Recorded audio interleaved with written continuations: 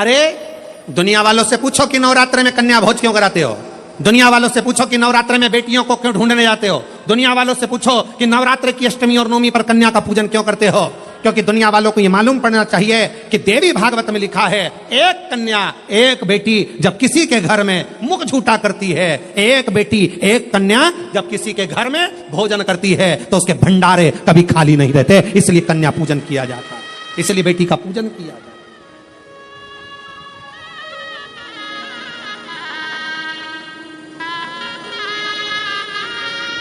और आज के जमाने में लोग मंदिर में जाकर भगवान से कहते हैं, भगवान ओ भगवान हमारे घर में एक बेटा दे दो, एक बेटा। और बाजू में खड़ी हुई लक्ष्मी जी नारायण जी से बाजू में खसक के बोलती है, कितना मूर्ख है, बेटा मांग रहा है। और रोज मंदिर में आकर कहती लक्ष्मी दे दो। और बहू को चाहिए क्या, जम के बोलो बेटा। और रोज मांगती क्या है, बोलो लक्ष्मी। तो एक काम कर, बेटा दे दो, लक्ष्मी मत देना, लक्ष्मी मत देना। अब अपन भी देखें कि बेटे से काम चल जाए क्या। और मालूम पड़े बेटा हो गया 32 साल का, मां के पूरे बाल सफेद उड़ गए, सफेद। उनसे पूछो काय का टेंशन, इसको कोई लक्ष्मी नहीं मिल रही है, इसकी शादी, इसको कोई मिल रही, इसकी शादी कर। लक्ष्मी जी से कहा, आप जाओ ना, इसके घर में शादी करना है बेटे की, कोई लक्ष्मी। तो इसने मांगा ही था कि मेरे को बेटा दे दो, बेटा दे दो। लक्ष्मी नहीं मांगी थी, बेटा मांगा था। तो कोई तो इसके घर में शादी करेगा। तो कहां करेगी, आएगी।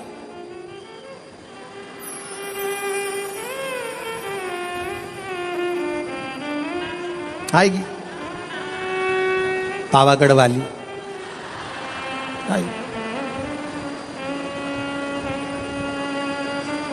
तुलजा आई, इसके घर में आई, फिर आई, फिर सवेरे शाम सास रोज आरती गाएगी। अम्बे तूधे जगदम्बे काली, जय दुर्गे शाहादा वाली, तेरे ही गुण गाए भारती। हो मैया हम सब उतारे तेरी आरती। तेरे घर के सास ससुर पे बीड़ पड़ गई है हमारी, पति देव पर ऐसे टूटे जैसे सिंह सवारी। परियो बच्चों को धोने वाली,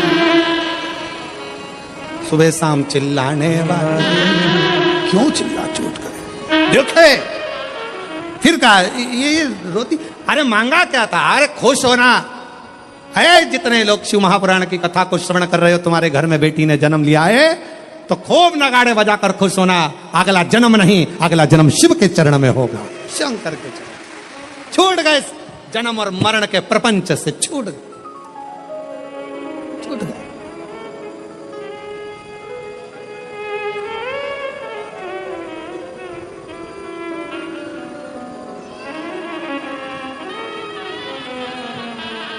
छूट गए जन्म और मरण के प्रपंच से छुटकारा मिल गया। बेटी बेटी बेटी।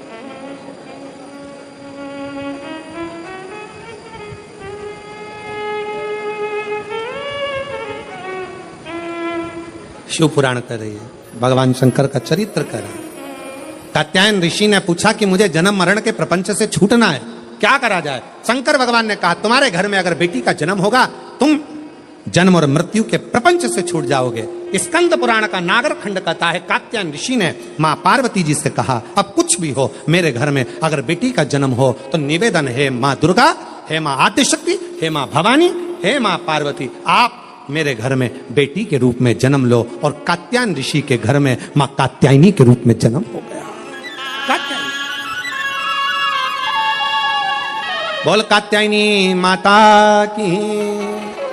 कात्यायन ऋषि के यहाँ कात्यायनी माता का जन्म हो गया, कात्यायनी माता का प्रागट्य हो गया, कात्यायनी माता की स्मरणता, कात्यायनी माता का भजन, कात्यायनी माता की कीर्ति। कात्यायनी माता बाल अवस्था से ही भगवान शिव की आराधना में लीन रहती है। कात्यायन ऋषि उनको देखते हैं, देखते।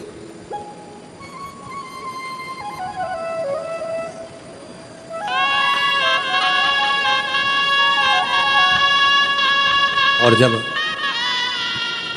कहते हैं महिषासुर का वध करने वाली भी वही कात्यायनी है, वही कन्याओं को ढूंढा जाएगा। कन्याओं को ढूंढ रहे हैं, देवी जी आ रही है, देवी जी आ रही है, तिलक लगाएंगे, उनको खाना खिलाएंगे, खीर पूरी खिलाएंगे और उनको तिलक करके चुनरी ओढ़ाएंगे, पैसा देंगे। और कन्या तुम्हारे घर में पैदा हो जाए तो मुंह उतार कर बैठ जाते हो। जरा विचार करना, नवरात्र में कन्या को भोजन कराने से पहले संकल्प लेना कि मेरे घर में भी एक बेटी होना जरूरी है। नवरात्र में कन्या पूजन करने से पहले संकल्प लेना, हे देवी मैया हमारे घर में भी एक बेटी जरूर देना, एक बेटी का जन्म हमारे घर में जरूर देना। तो यह कथा क्या गलत कह रही है? अब तुम्हें कोई गलत बात लगी क्या इसमें? फिर भी लोगों ने कह दिया जिनके यहाँ बेटी नहीं हो तो उनके लड़की ना देवे। निवेदन, जिसके घर में बेटी होती है उसके घर में अगर कोई माता पिता अपनी बेटी की शादी करते हैं, जब उसकी बेटी विदा होती है तब माँ को मालूम पड़ता है कि बेटी का दर्द क्या होता है। जब तुमसे कोई दहेज मांगेगा तब मालूम पड़ेगा कि दहेज देना कैसा होता है। सामने वाले से तो कह दिया 50 बाराती आएंगे, अच्छे से खिलाना, डिनर सेट देना, ये सेट देना, वो सेट देना। जब तुमसे कोई मांगेगा तब मालूम पड़ेगा कि बेटी का देने का दर्द क्या होता है। जब तुम किसी की बेटी को, अगर थोड़ा सा तुम्हारी बेटी को दुख होगा तो तुम्हारे घर में जो बेटी है, बहू है, तुम जान पाओगे कि मेरी घर में भी किसी की बेटी रहती है। अगर मैं अपनी बेटी को सुखी देखना चाहती हूं तो पहले मैं अपने घर की बहू को सुखी रखूंगी, तब मेरी बेटी सुखी रहेगी। हम सुधरेंगे, बोलो जम के बोलो रे जरा, हम सुधरेंगे। इतने धीरे बोलोगे तो कभी नहीं सुधरेगा, जरा दम से तो बोलो, हम सुधरेंगे युग सुधरेगा। हम बदलेंगे कब सुधरोगे? बस फिर तो युग सुधरा है, अपने को क्या टेंशन। हम सुधरें बस। हम हमारे घर में एक नियम बना लें कि मैं अपनी बहू को अच्छे से रखूंगी, तो ये मेरा विश्वास करता है मेरी बेटी कहीं पर भी रहे उसकी सास अच्छे से रखेगी, ये पक्का है। उसकी सास भी अच्छे से रखेगी। एक माता पिता से पूछो कि बेटी का दर्द क्या होता है। कोख में पाल पोस कर बड़ा करा, और वो बेटी ब्याह करने के बाद अगर दुखी हो जाए तो माँ बाप से पूछना कि उसका दिल कितना रोता है।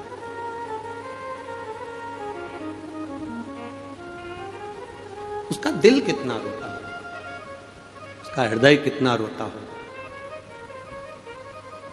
उसका मन कितना रोता होगा, विचार करना जरा।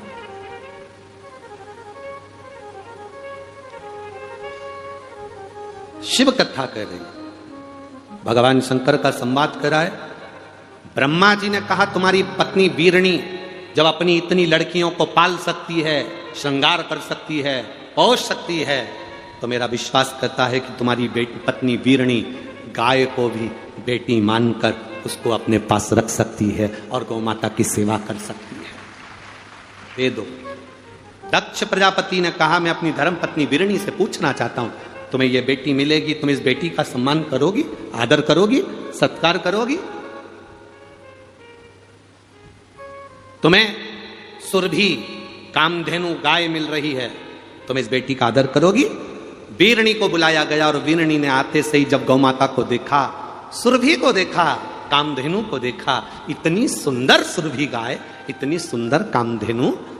अब सुरभि कामधेनु थी, सुरभि का एक भाव था कि वो अपने स्त्री स्वरूप में आ जाती थी। सुरभि की सबसे बड़ी बात यह थी कि उससे जो मांगा जाता था कामधेनु गाय से, वो दे देती थी। किसी ने भोजन मांगा, दिया, सेना मांगी, दिया, कुछ मांगा, दिया। और कभी वो सुरभि, वो कामधेनु, वो अपने स्त्री स्वरूप में दो चोटी बांधकर, सुंदर स्त्री का स्वरूप, हाथ में ग्रास लेकर, एक हाथ में कमल का फूल लेकर, दूसरे हाथ में उसने ग्रास रख रखा है, एक हाथ में कमल का फूल रख रखा है, तीसरे हाथ में कमंडल रख रखा है, चौथे हाथ से वो आशीर्वाद दे रही है। ऐसी सुरभि माँ, ऐसी माँ कामधेनु अपने स्त्री स्वरूप में आ जाती थी। तो माँ ने देखा, वीरणी ने देखा, इतनी सुंदर बेटी अगर मुझे मिल रही है तो मेरी 7 बेटियों के साथ ये बेटी भी मेरे लिए पूजनीय होगी और इसको मैं पाल पोस कर बड़ा करूंगी। ये बेटी मुझे दो। वीरणी देखते से ही ब्रह्मा जी से कर रही है, ये गौमाता मुझे दे दो, ये सुरभि मुझे दे दो, मेरी बेटियों में ये बेटी शोभायमान होगी, इस बेटी की शोभा होगी। छोटी सी सुरभि माँ, छोटी सी कामधेनु गाय, छोटी सी बेटी आज वीरणी लेकर चल दी धीरे धीरे धीरे धीरे उसको बड़ा करने लगी, बड़ा कर, धीरे धीरे बड़ा कर रही। जैसा लाड़ अपनी बेटियों से लड़ाती है वैसा लाड़ अपनी सुरभि से लड़ाती है, बिल्कुल बेटी जैसी, बेटी की तरह। एक स्त्री के स्वरूप में वो कामधेनु रह रही है, वो बेटी के स्वरूप में वो सुरभि रह रही है, बिल्कुल सुंदर, छोटी सी, लहंगा पहनी, चोली पहनी, बिंदी लगाई, कानों में कुंडल पहनी, गले में माला पहनी, सुंदर आनंद। और जिस घर में बेटियों की किलकारी गूंजती है उस घर में यमराज की गदा कभी नहीं गूंजती है। बेटियों की किलकारी गूंजना चाहिए। घर में अगर बेटी जन्म ले तो बेटे के जन्म से ज्यादा उत्सव बेटी के जन्म का मनाना, क्योंकि बेटा एक कुल को तारता है और बेटी दो कुल को तार कर चलती है। बेटे के जन्मदिन पर जितने फटाके फोड़ो उससे दुगने फटाके बेटी के जन्मदिन पर फूटना चाहिए।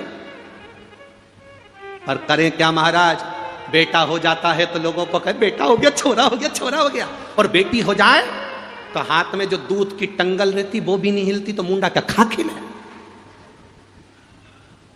बेटी हो गई, किसी किसी के यहां तो करोड़ों का धन होता है और बेटी हो जाए तो ऐसा मुंह उतर जाता, करोड़ों का धन, और उसके बाद भी बेटी हो गई। महाराज जी बेटी हो गई। हमने कहा भगवान की बड़ी कृपा हो गई, तुम्हारे घर बेटी हो गई, इतना सारा धन है, कम से कम कन्यादान में लगाओगे तो कोई पाप भी करा होगा तो पुण्य में तो बदल जाएगा। अच्छा है बेटी हुई है, यह पुण्यता है तुम्हारी, यह आनंदता है तुम्हारी। सुरभि, अब सुरभि के माता पिता कौन है? दक्ष प्रजापति और माता वीरणी, ये कामधेनु सुरभि के माता पिता। पाल पोस कर बड़ा कर रहे थे। एक दिन पाल पोस कर बड़ा करते करते वीरणी से आज सुरभि ने कहा मां, मां बोलो क्या बात है? सुरभि कहती है मां मुझे भगवान नारायण स्वर्ग में बुला रहे हैं, क्या मैं जा सकती? वीरणी ने कहा तू इतनी छोटी, तुझे भगवान विष्णु क्यों बुलाएंगे?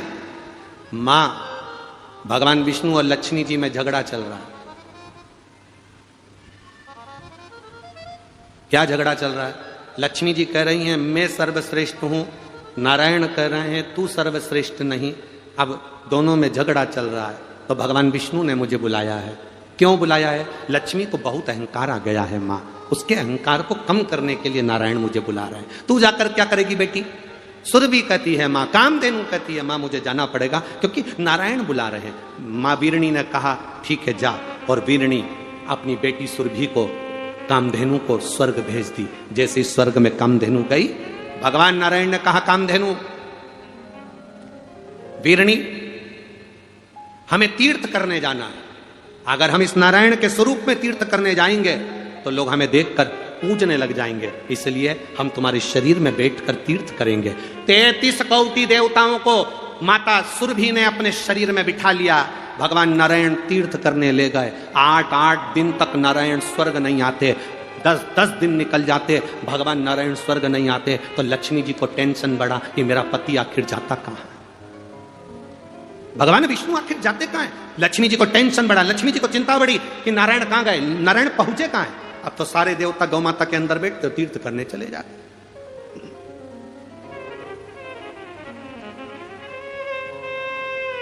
तीर्थ करने चल दिया। अब वो तो अलमस्त होकर आनंदित होकर चले तीर्थ करने के लिए।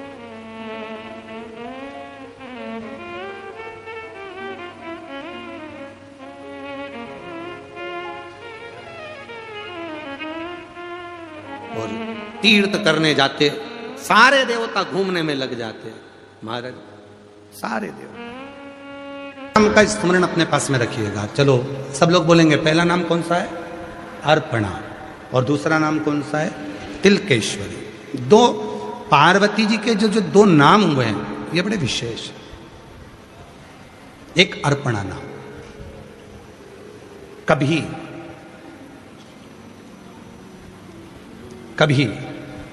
कोई बच्चा शरीर से कमजोर है, बहुत ज्यादा, उसका शरीर उठता है, खड़ा होता है, गिर जाता है, पाँव काम नहीं कर रहे, हाथ काम नहीं कर रहा, शरीर से बहुत दुर्बल है, बहुत कमजोर है, बहुत ज्यादा कमजोर।